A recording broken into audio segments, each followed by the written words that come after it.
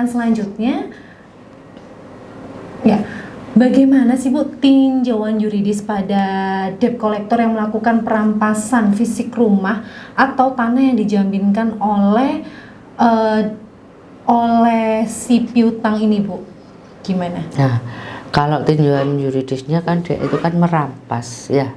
Merampas itu tindakan pidana. Dalam KUHP diatur pada pasal 378 ya. Jadi merampas, menguasai yaitu itu melanggar norma-norma hukum di negara kita. Jadi Anda bisa datang ke kantor polisi kemudian melaporkan itu. Meskipun mereka berdalil saya adalah beli. Nah, beli yang dimaksud dengan utang yang diikat jual beli ini bisa dibuktikan ke pengadilan. Sambil Anda melakukan gugatan di pengadilan, Anda harus datang ke BPN melakukan blokir. Karena apabila Anda tidak melakukan blokir, maka kreditor akan dengan mudah mengalihkan aset Anda menjadi miliknya. Kalau sudah seperti ini, proses hukumnya akan semakin rumit.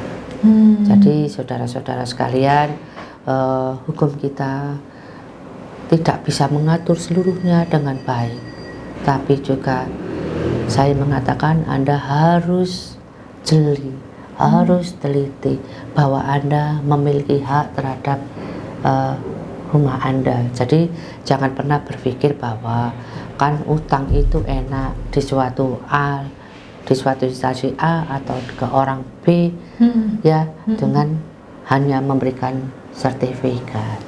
Begitu Anda memberikan sertifikat, berarti Anda tidak bisa membayar, maka tempat Anda berlindung bersama anak-anak, bersama keluarga akan terancam diambil alih oleh kreditor.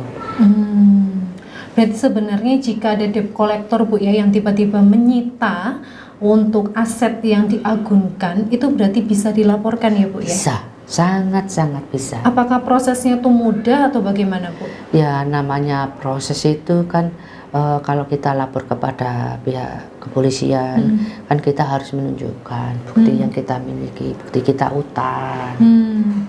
Kita harus bawa saksi memang kita utang, bukan menjual rumah. Kan beda, kalau menjual rumah itu kan prosesnya kan pastilah antara penjual dan pembeli itu bertemu. Tapi kalau di ikatan jual beli yang maksudnya itu hanya untuk pengikatan utang piutang, biasanya antara penjual dan pembeli tidak pernah bertemu. Hanya dibuatkan surat? Iya, buatkan akta di notaris berdasarkan pengakuan kreditor. Berdasarkan pengakuan kreditor maka dibuatlah ikatan jual beli. Seperti itu. Dan ini saya mohon untuk teman-teman notaris, untuk ini jangan dilakukan. Sangat merugikan masyarakat. Kasihan masyarakat yang tidak melek hukum, mereka akan mendapatkan kesulitan yang maha sulit dengan proses ini. Karena ibaratnya uang yang ibaratnya menghutang dengan nominal yang tidak seberapa, namun aset itu bisa dikuasai hingga jadi malah lebih terjepit ya Bu? Iya betul, demikian. Oke, baik. Lanjut ke pertanyaan selanjutnya, mungkin jadi pertanyaan terakhir. Untuk kesimpulan nih Bu, yang mau saya tanyakan, kita kan sudah mengupas beberapa pertanyaan perihal hutang piutang jual beli. Mungkin ada tips untuk para di luar sana yang akan melakukan hutang piutang Ibu, agar tidak terjerumus ke ikatan jual beli lalu asetnya akhirnya dikuasai oleh para yang mengutang. Satu, kalau utang piutang mohon untuk duduk bersama dulu, dijelaskan berapa utangnya, terus perjanjiannya apa. Dan itu tidak sesuai, tolong untuk tidak diterabas, karena itu nanti sama aja Anda bunuh diri. Proses hukumnya akan sulit, memakan waktu, memakan biaya. Apabila Anda tidak memiliki itu semua, maka kepemilikan Anda terhadap rumah Anda akan selesai.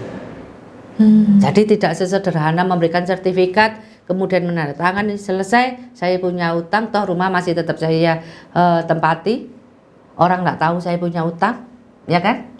Tapi nanti jangan salah, begitu Anda wan prestasi, maka kepemilikan Anda serta merta akan lenyap. Demikian. Jadi harus hati-hati. Jadi kalau Anda berhutang, silakan Anda pergi ke bank yang konvensional, di mana persyaratan-persyaratannya sudah jelas. Apabila Anda wan prestasi, maka masih ada solusi dijual sendiri atau dilelang, dan Anda kan bisa mendapatkan harga yang baik.